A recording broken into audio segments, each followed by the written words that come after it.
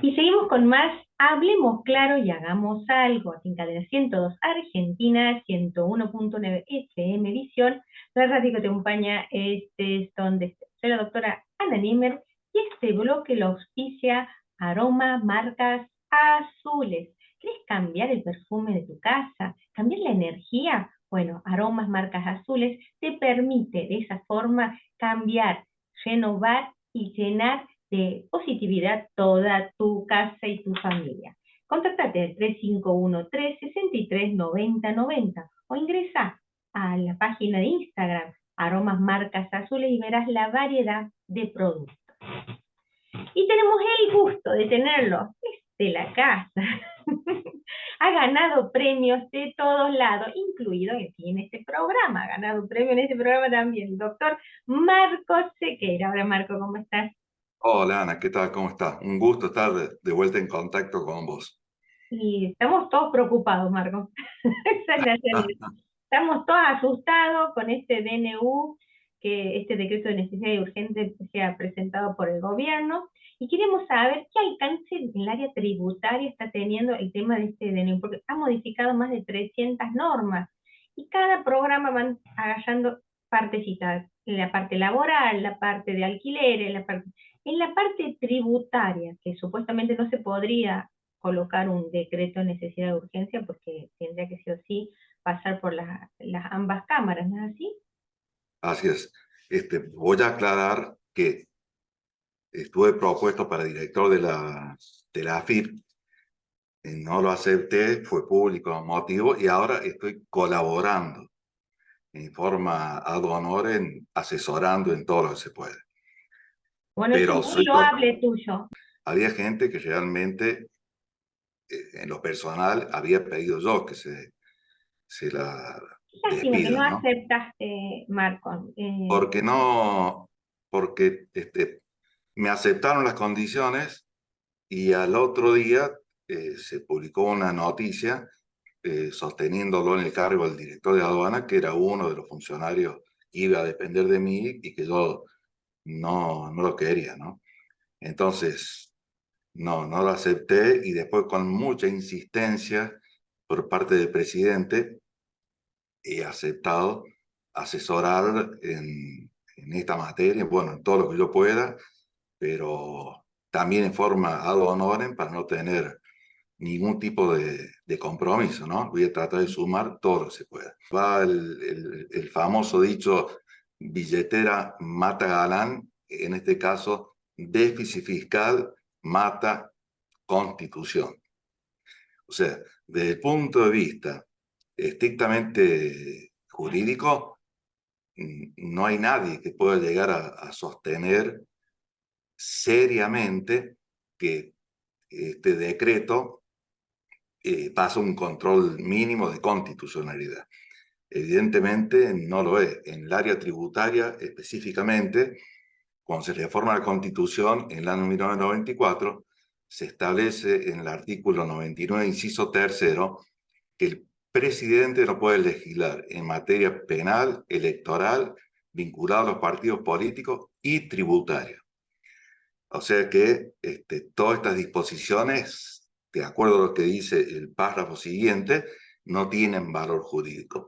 Ahora, yo lo hablo esto con el presidente y con sus asesores, y esto se justifica, según ellos, ¿no? No según mi criterio, por una situación de emergencia en donde no puede esperar el país para adoptar una serie de decisiones, muchas de las cuales, por eso vuelvo al tema de que el fin acá parece justificar los medios, aunque uno no esté de acuerdo, yo no estoy de acuerdo, y por eso hay muchos cambios en la legislación tributaria.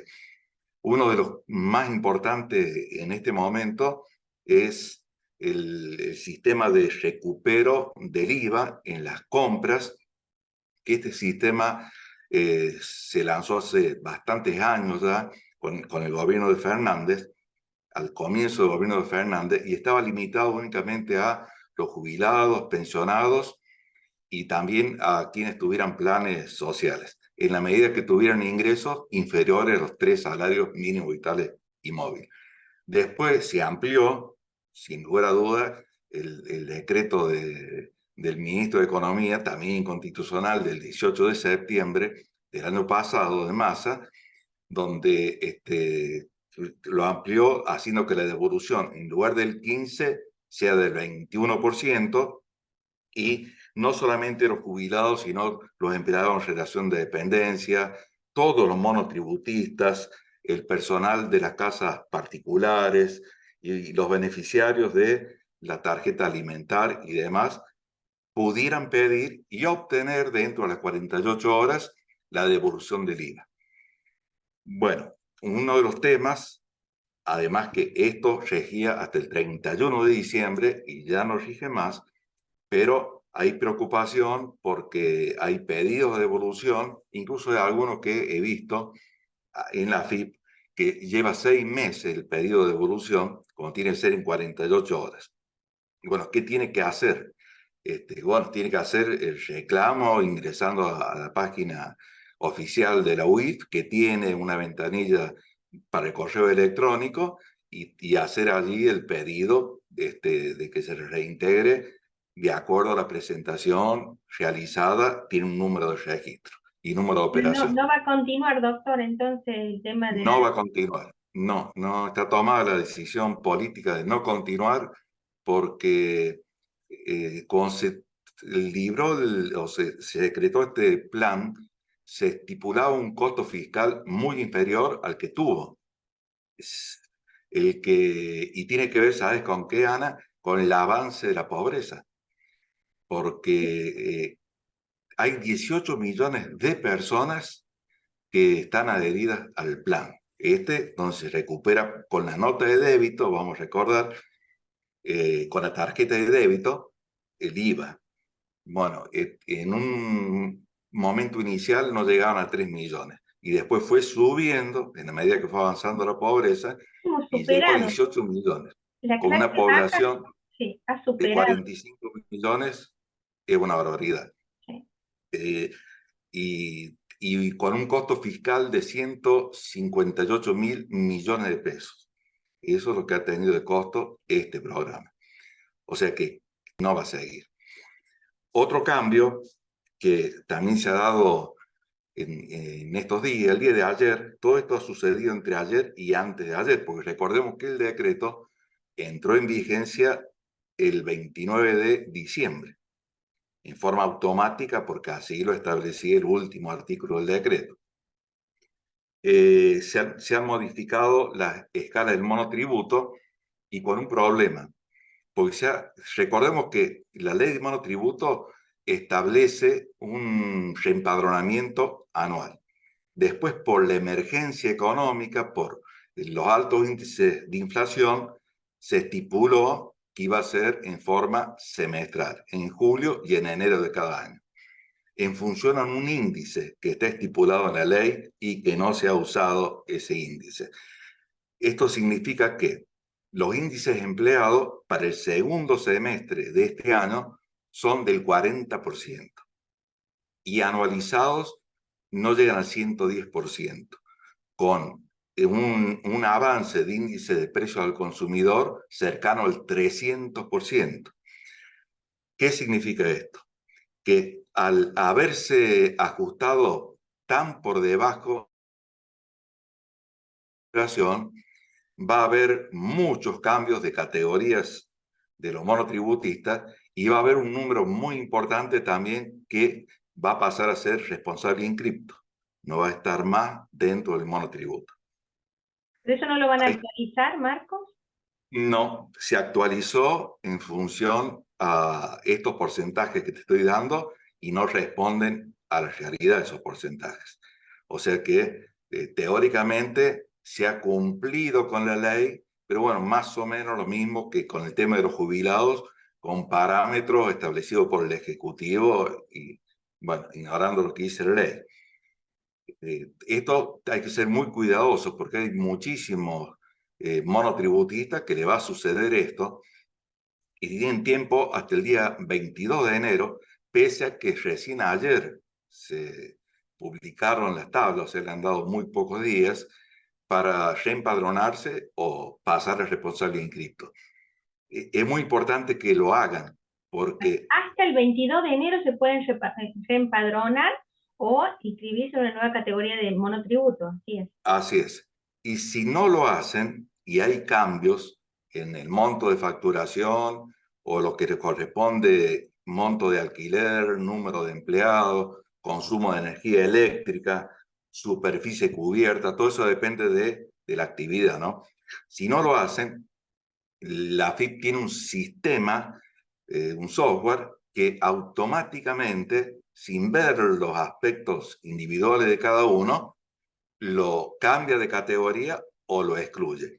Y después volver a regresarlo al monotributo, si es que el sistema pasa, capta un dato equivocado, es una fantasía, porque hay que hacer un pedido ante la DGI, que es una pérdida de tiempo, un recurso que no está en la ley, que se llama recurso de disconformidad. Y después de agotar la vía administrativa, ir a la justicia federal y entablar una demanda contra el Estado Nacional. Bueno, gente, están escuchando aquí en Hablemos Claro y Hagamos Algo, y tienen hasta el 22 de enero, inclusive para modificar su categoría, y consulten a sus contadores, porque esto lo manejan los contadores, ¿no es cierto, Marco? Uno quiere entender más allá, pero necesita la ayuda de un letrado que es el área de contable, que nos ayude con las últimas novedades que estás contando. Sí, sí, yo no quiero ir en contra de la profesión, que me acabo de jubilar como contador público, en mi último cumpleaños, el 29 de diciembre, justo que entró a regir el decreto, pero verdaderamente yo, que no soy muy experto con el tema de la internet, de los programas y demás, lo he probado y es algo bastante simple. O sea, la idea es que nadie se quede sin recategorizarse, porque si lo hace sistemáticamente, está totalmente en una situación de que va a pasar a ser inscripto o va a estar injustamente cambiado de categoría. Por ejemplo, el programa toma movimientos bancarios y puede ocurrir que alguien tenga el mismo dinero que ha movido varias veces en la cuenta corriente o en una caja de ahorro. Lo saca y lo pone, lo saca y le pone. El programa suma todos los créditos. No. Por eso hay errores en el programa, pero esos errores, como todos los errores que se cometen en la administración, no solamente en la federal, en la provincial y en la municipal, se discute en el ámbito administrativo, que es una pérdida de tiempo, y después hay que ir a la justicia. Y bueno, pues ya sabemos que ir a la justicia, más allá de los años que puede llevar, los costos que tiene, ahí sí va a tener que ir con un abogado. Otro Marco, cambio. sí, quería preguntarte qué otro cambio había, pero no, el gobierno no ha tenido en cuenta el tema de la baja capacidad tributaria que tenemos todos por los incrementos en todo, y que no se nos actualiza tampoco los sueldos. Y yo me pongo en base a la gente que es asalariada, más allá de un empresario u otro que acomodan sus costos o sus ganancias a la inflación, se suben todo. Uno va al supermercado y lo que antes gastaba 40.000 pesos, ahora tenés que gastar 100.000 pesos con la misma cosa. Es decir, no ha contemplado, ya que sos asesor en el área tributaria, la situación que se está viviendo. Bueno, a la vista de todos, eh, negativa la respuesta. No se ha contemplado eso. Desde el gobierno se aduce esta cuestión de la emergencia. Es cierto que hay una emergencia grande, pero el cambiar todo un régimen de gobierno, porque eso es lo que ha significado pasar de la democracia a un estado medio, un estado de sitio, Económico. claro, económico y jurídico, ¿no? Sí. Y financiero.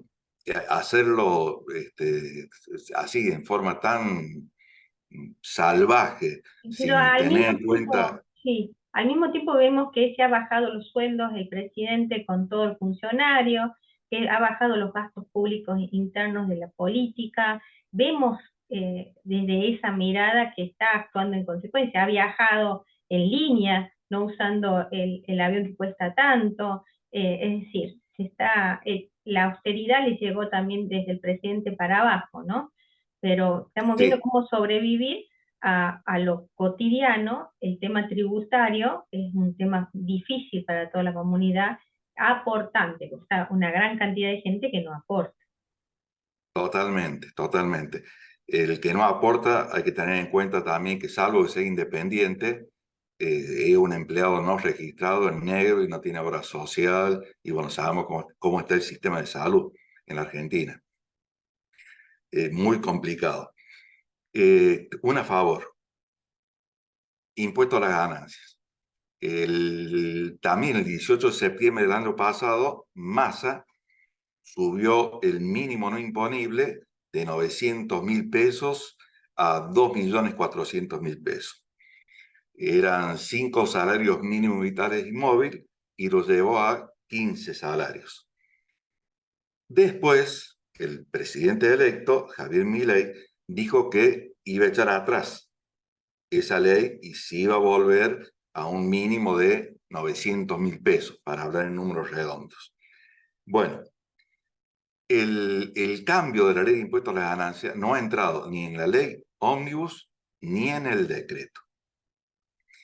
Y eso ha llevado a que la DGI hoy publique la nueva tabla de retención de impuestos a las ganancias para los empleados en relación de dependencia y para los jubilados y pensionados, teniendo en cuenta esta tabla que el monto mínimo tiene que superar los 15 salarios, o sea, los 2.400.000. Ay, qué suerte. Sí, una suerte porque se va a retener. Ahora, si después sucede lo que dice mi ley, que es retrotraer esta reforma y volver a los 900, se va a generar una deuda, porque se va a haber pagado retenciones de menos Bueno, pero si es una en decisión impuestos. de ellos no cambiarlo, ¿por qué tenemos que pagar retroactivamente? Por supuesto, hay alguna doctrina de la Corte muy vieja, una causa que se llama Ica Renault, que habla de la mora culpable. Acá no habría mora culpable. No, Pero veamos en la práctica, el empleado que se le retenga menos o que no se le retenga, ese dinero no va a comprar dólares, a cambiar el auto, va al supermercado. exacto, va al Y, supermercado. y después le va a llegar la cuentita de impuestos a las ganancias. Ahora, esto no va a ser tan sencillo porque depende de los gobernadores, es decir, del Senado. Y la recaudación de impuestos a las ganancias se coparticipa con las provincias casi en un 50%, Ajá. con lo que han tenido las provincias una caída en la recaudación enorme.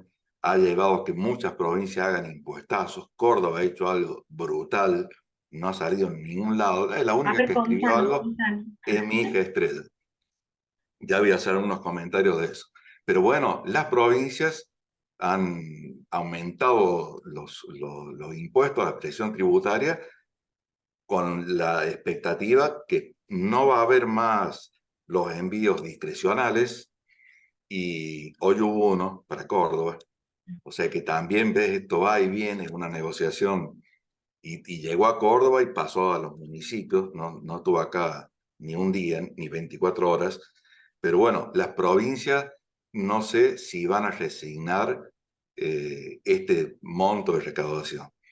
Y el tema de los envíos discrecionales por parte del Ejecutivo, al margen del régimen de coparticipación federal de impuestos, cortarlo así es también medio salvaje, ¿no? Porque hay provincias que pagan los sueldos con esos envíos.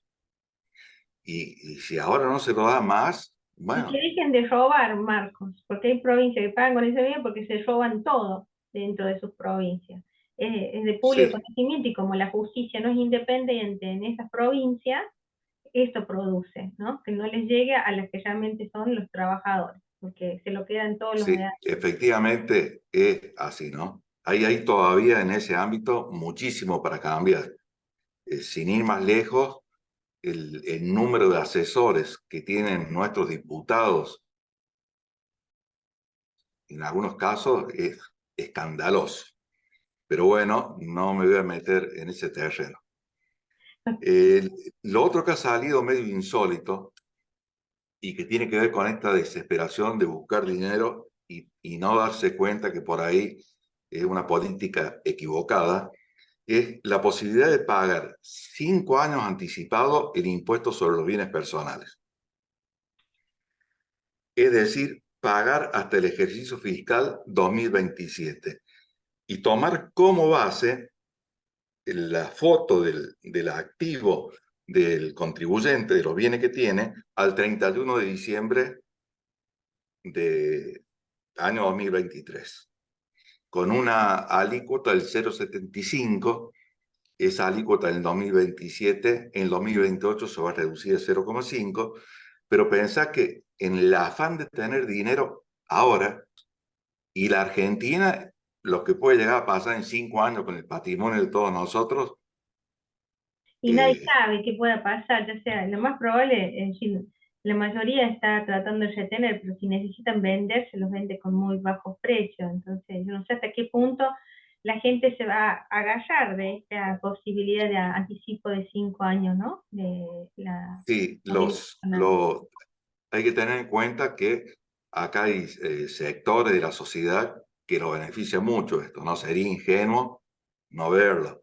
Esto no va para vos, para mí, para el trabajador de una fábrica, para el comerciante. Son los No grandes tenemos terratenientes, serían los grandes, son grandes sí, cantidades de inmuebles, ¿no? Los de y edificios sí, y todo demás. sí, sí. Además, dentro del decreto que ya rige, se eliminó el agravamiento de la alícuota del impuesto a los bienes personales por los bienes que están en el exterior. Ahora paga lo mismo el bien que está en el país o el bien que está en el exterior. Eso ¿Y más también rige imponible del día cuál sería? 29 de diciembre.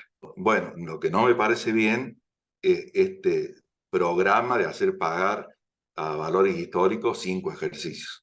Incluso se ha establecido en el decreto que no van a tener obligación de presentar declaración jurada del impuesto en 5 ejercicios. Cuando hicieron la moratoria a nivel nacional, una de las cosas que aprendimos contigo es que la provincia tenía que aceptar esto, que no se podía. Entonces, los que quisieron blanquear a nivel nacional quedaron complicados a nivel provincial. ¿Esto Sí, mismo puede pasar con estas reformas? absolutamente. Tiene que existir una ley de la provincia que adhiera, en este caso tiene que ser una ley, tiene que ser sí o sí, por el Congreso unicameral que tenemos en Córdoba, y que adhiera a este decreto nacional. Si no adhiere, sigue aplicándose la normativa anterior. Si no adhiere, va a estar autoconfesando la Ah, comisión de un delito.